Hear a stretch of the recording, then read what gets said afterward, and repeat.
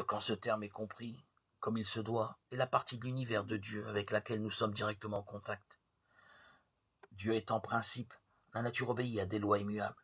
Elle ne fait donc pas d'exception et ignore le favoritisme. Si nous sommes disposés à connaître ces lois et à nous y conformer avec intelligence, nous aurons la santé, la liberté, l'harmonie et toute la force qui nous est nécessaire. Si nous voulons commander à la nature, commençons d'abord par lui obéir. Remarquez que Jésus, lorsqu'il a accompli ses œuvres extraordinaires, ses magnifiques miracles, n'a jamais essayé de contrecarrer la nature ou de faire ce que nous appelons des tours de passe-passe. Ce n'était pas un magicien, un sorcier. Il a, au contraire, obéi à la loi de l'être en amenant le malade. Par exemple, à être plus en harmonie avec la loi réelle de la nature humaine, car c'est en cela que consiste la guérison.